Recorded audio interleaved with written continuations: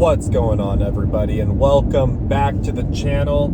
Yeah, we're back in the whip. Man, I haven't made one of these in a minute, but my day has ended. And happy Good Friday to everybody. Hopefully I posted today, so it actually makes sense. And happy Easter. If not, then, I hope everybody had a wonderful Easter. Man, what a great way to end the week. I'm going to give you guys a little bit of a day in the life. I don't know, just spit some stuff out, It's been wild. It's been some crazy times. It's been a bit of a roller coaster. I'm sure some of you guys have possibly been going through a roller coaster as well. The Cove is ending and stuff, and I work in oncology, so that means more appointments. I've been a hell of a lot busier, which is hella sweet. But sweet in a good way, not necessarily the money. It just feels good to be able to actually do my job. My job can potentially save lives, and that feels good, and it doesn't feel good when, I can't get out there and go do my job. So it's pretty fun. I've had a lot of fruitful appointments. Oh man, I met the most wonderful nurse practitioner, such a sweet woman, and leveraging that relationship for the people that have been following the channel, and we've been talking about leverage. She was wonderful. She actually put my information on another doctor's desk, and that doctor then gave me a call.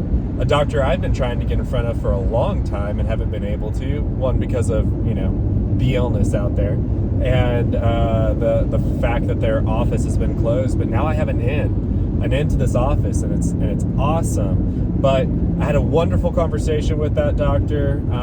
We identified 2 patients that hopefully will end up making their way over to the treating site that we have, and that'll be great for them. So, that's a huge upside on my end. I've also, just in the last 2 weeks, helped 3 different people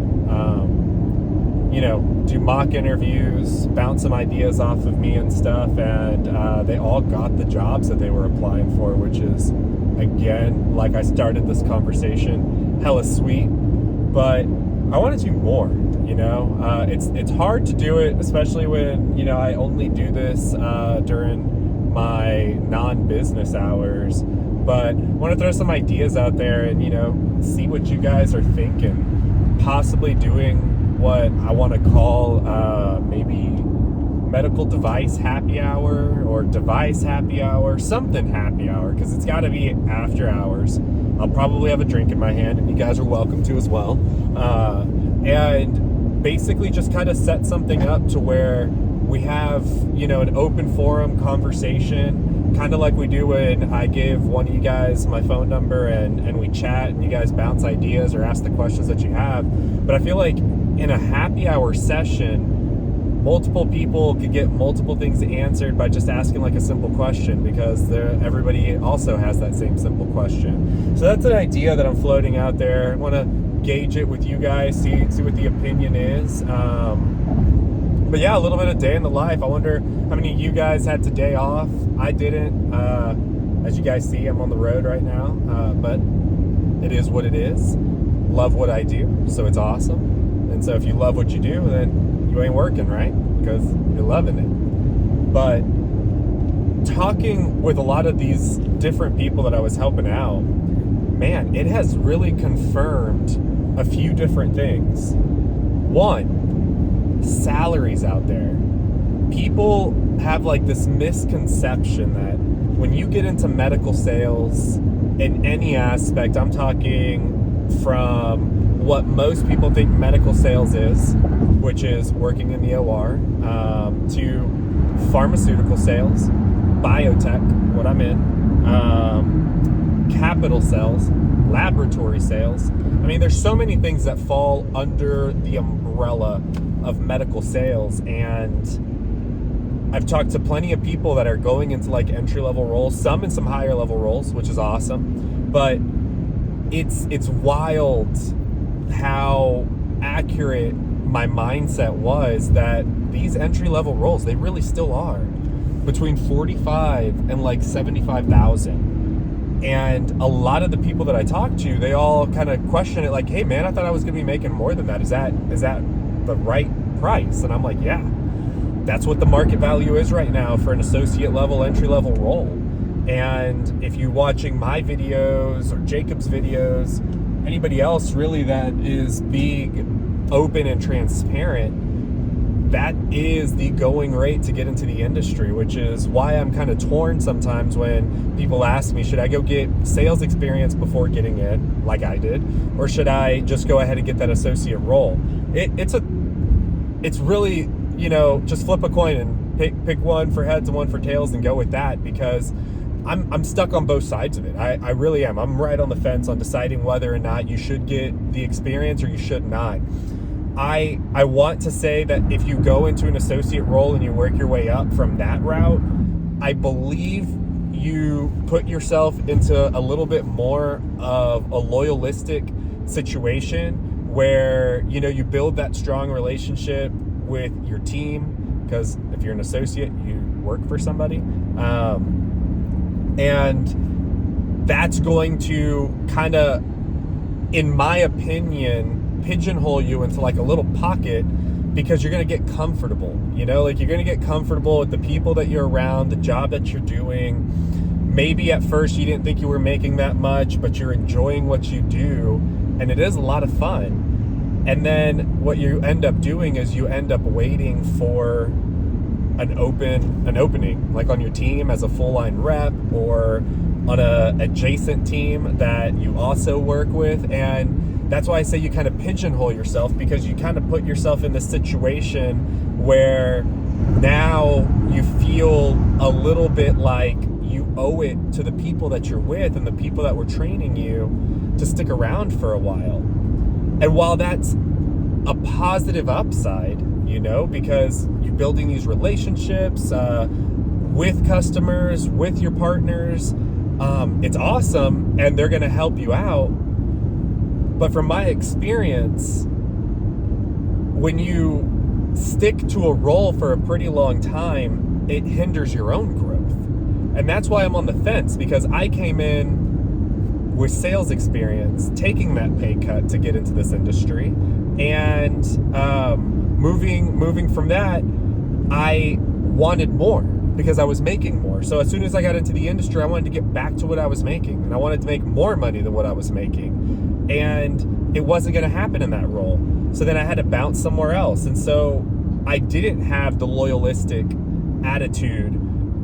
But talking with my manager, my current manager, like if you're not trying to put yourself into a new challenge within your second and third year, you're falling behind the curve, because other people like me are taking on new challenges pretty much like every 2 to 3 years, becoming a lot more rounded, getting a lot more experience, and being successful in those experiences, okay? Not just bouncing around because, oh man, I'm not making the money I thought I was going to make, and I'm on a PIP, which is a performance improvement plan for the people that aren't, sales experts, and I'm no expert, so I shouldn't have said that. I mean, people that aren't working in sales, so, I wasn't on a PIP or anything, but so that wasn't me. I wasn't the person that was struggling to, hit quota and make sales. I just made the moves that I made for particular reasons faster than I would have wanted. I mean, I'll admit that for sure, but every step that I took put me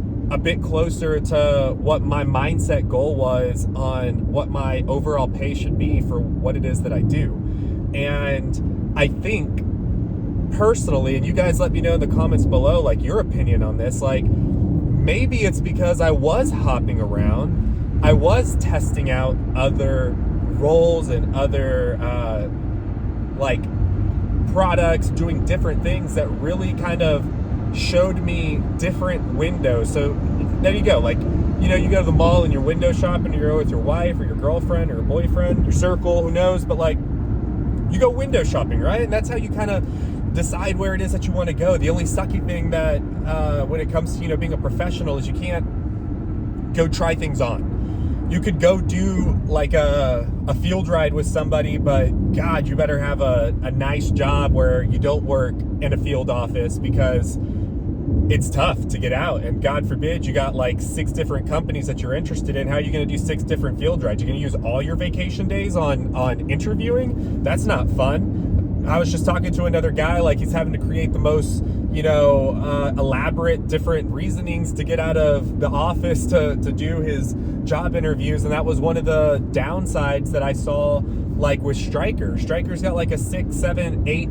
interview process. It's so hard for somebody that works a full-time job to devote that amount of time to those interviews, and you end up losing candidates. And let alone those candidates, if you're interviewing for Stryker, that means you're probably good enough to be interviewing for other companies as well. And shoot, you start compounding all of those interviews that you're doing. Like, do you have enough vacation days to do it? Can you fly under the radar long enough that nobody's questioning what it is that you're doing? That's tough to do. So you can't, while you can window shop, it sucks that you can't really try things on. But the nice thing is the internet, like now you're able to at least network with people, have some conversations to really figure out if the role that you're looking at is something that you want to get into. But it's still just tough, right? But I think with the mentality that I had and that I developed by bouncing around, I'm at a position right now where I'm making the most that I've ever made.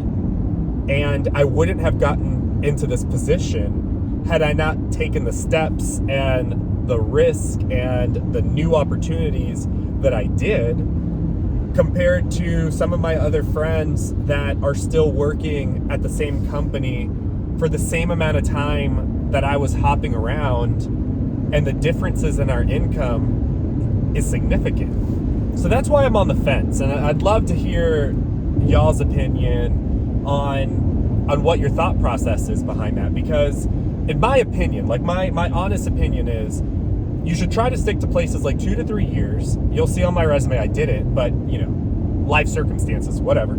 So you should try to stick to those and show that you've had success in those roles, because then you can leverage your success to get you to the next level, right? And to earn more money. Whereas if you stick to the same role, let's talk about a 6-year time frame. So let's say I, in the ideal world, or the ideal person, bounced around every 2 years at 3 job opportunities. So 2 full years at every single job. That's 3 different opportunities under their belt. And let's say they did above average, because let's face it, we are all above average people, right? When we're in sales. Yeah.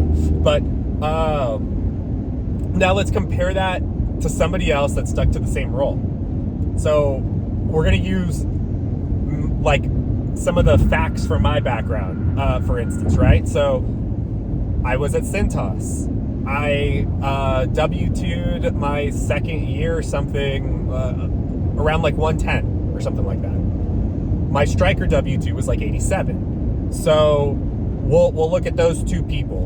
And let's say I came into Stryker as an associate. That's even lower. I wouldn't have made 87. Maybe like 70. So after 2 years at Stryker, I've now, okay, we won't say Stryker. We'll say like, any other company. So that Stryker, this is all my opinion, any ortho company, whatever.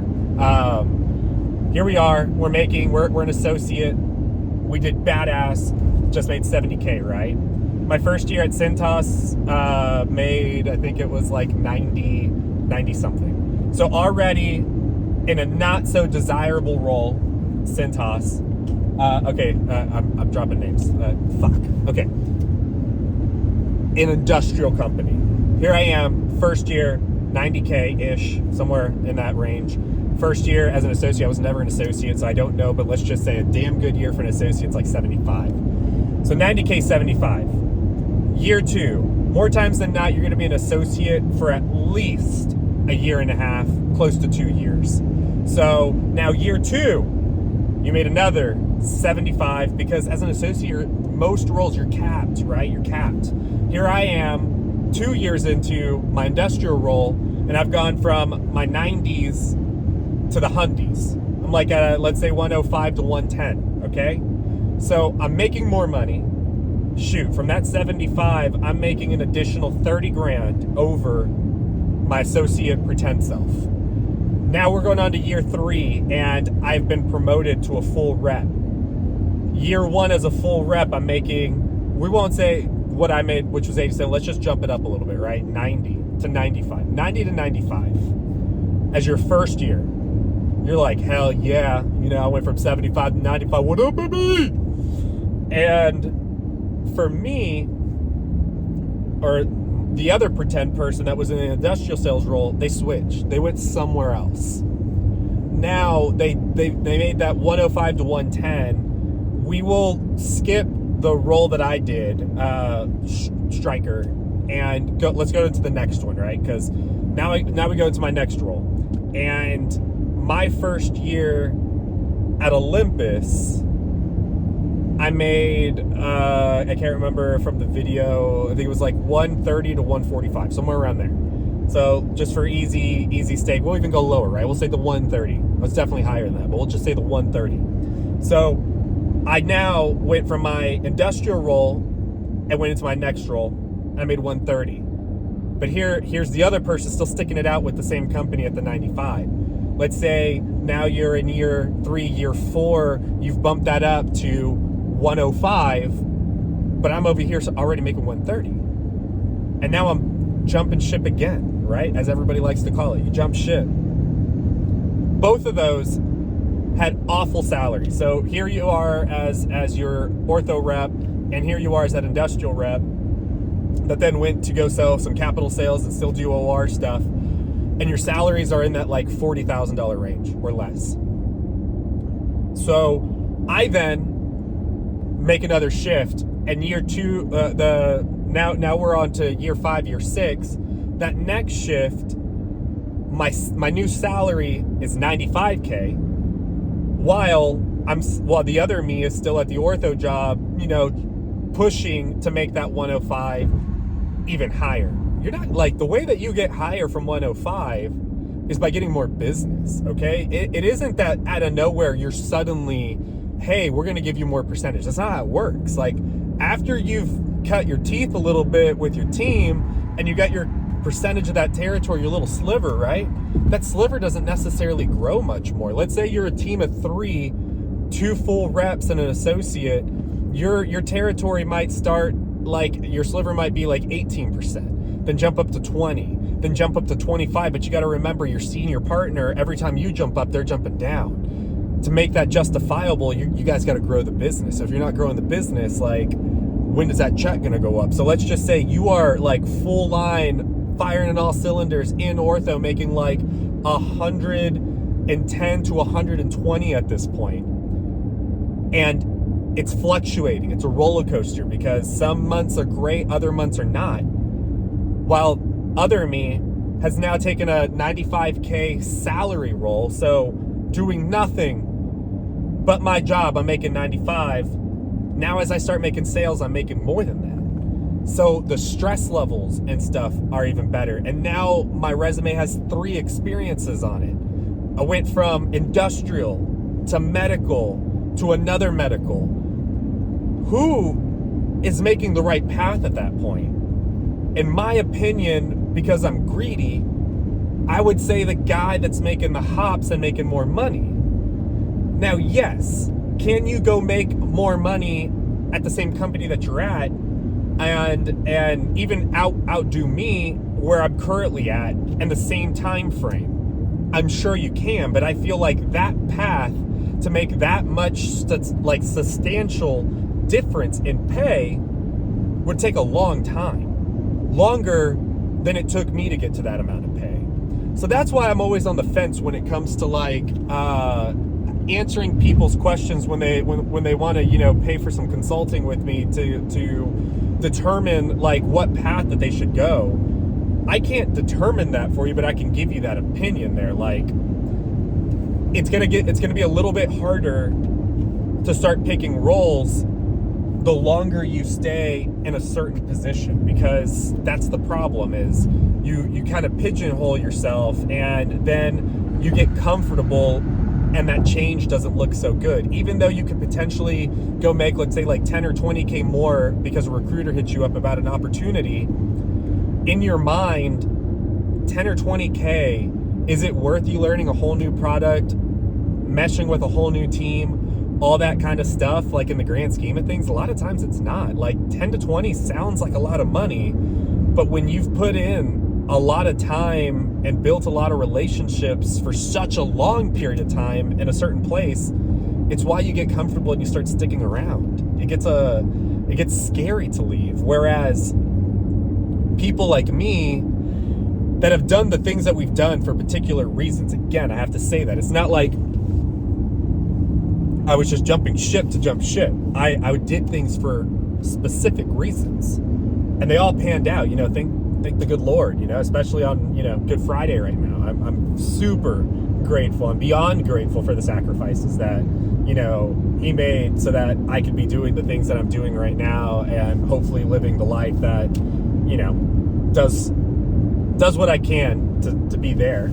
And that's just my thought behind it. I don't see how I would have been making the money that I've made being 6 years at the same company, working my way up from an associate level role. There's only so many promotions to get in a sales role. You go from associate to junior rep or full line rep. It doesn't matter. Like, you still have a small piece of the pie, to potentially your senior partner leaving and you get more of the pie. Or let's say pies don't exist in your job, so you go from an associate to a full rep. Now from that full rep, you see what your quota is. Growing 20% over 20% every year, which is typical in sales of what they want from you. Not that you're going to get that, but typically companies want your quota to grow another 10 to 20%. And a lot of times it doesn't necessarily mean more money. That means you're going to have to go sell more to go make the exact same amount that you made last year. So that's why I don't see it. And I'm really happy to have the manager that I have right now that, sees it in this manner, that getting comfortable for more than 2.5 to 3 years in a role kind of can pigeonhole you in your future success. And I don't know if I want to be a manager yet. I don't know if I want to be a strategic account manager, which is like more of a specialized sales rep. If I want to take on another startup opportunity, I completely enjoy what I'm doing right now in the space that I'm in, and we're the only people doing it. So it's why I'm kind of making this video. I was just kind of thinking like, dang, I'm coming up to 2 years at least with Novartis, but then that would be 3 years doing the same product that I'm working on. And I'm starting to question, is it time? Is it time for a new challenge? Or do I start falling into, the abyss of what we call the habitual forever rep? I don't know. But I'm glad you guys are a part of this journey, and I love having conversations with you guys, free and non-free, because sometimes the time that you guys want is more time than I got, so you got to pay for it. And then other times it can be free, and we can chat for a few minutes and just answer a question or two. But I love talking to you guys because I learn about other opportunities that are out there, and it tickles the fancy sometimes, but it is what it is. I'm super excited to be where I'm at. I feel like there's still a lot more opportunity, but if you guys made it this far, thank you. I truly appreciate it. I made it from the bottom of my heart, and this is kind of a random video, but I feel like I dropped some good information for people that are just kind of wondering. Maybe you're out there kind of trying to decide, like, if it's time for you to take on a new challenge, switch roles, this or that. Like, you're going to make more money the more experiences you have. I honestly wholeheartedly believe that, compared to sticking it out somewhere and even kind of working your way up the chain. Another thing I'm just going to randomly say real quick before I finish it is, like, because as you work yourself up that chain, a lot of times sales reps make more than their managers. While a manager might have a higher salary, the on-track earnings or the amount that you can make at plan as a rep essentially is higher than managers. So sometimes as you're working your way up that ladder, because I might get some people in the comments say like, oh, but Pierre, what if I become a manager? I mean, yeah, you could, but from my experience, a lot of managers make less than their top reps. And it's because you're not the one out there hustling anymore. Like, yeah, you're managing the team, but you're not the one hustling. So for the people out there that are going to, hit the comments like, but I want to go into management, hey, power to you. Like, I know plenty of people that have gone into management, didn't make it, that were top rep salespeople. And then I love companies that you don't have to be a P Club rep to get into management, because not all type A #1 reps make the best managers. They don't know how to coach, and managers should be people that are good at coaching. And just because you weren't the top rep doesn't mean that you're not going to be a good coach. So that's another opportunity and another video for something else. Maybe if I ever do go into management, at least I can have something to say about that. But really, if I get into that topic, that's more of just an opinion at that point, because I don't know. I don't manage people. But thank you guys again. Until the next video, you guys. Let me know. Is this format cool again? You guys like this sometimes? I don't even know what the audio is going to be like. Hopefully these new AirPod Maxes. Yeah, what's up? Like them? They're pretty. Hopefully the audio quality is good, because then it will allow me to start doing some more of these, because there's a lot of road time, a lot of screen time, so here we go. All right, I'm just rambling. Okay, later, people. Are you still there? Somebody thought I was going to say something extra. I am going to say something extra. If you comment, first person to comment on this video, their favorite pie, since we were talking about slices of pie, their favorite pie, we can do a free consult. All right, see you guys later.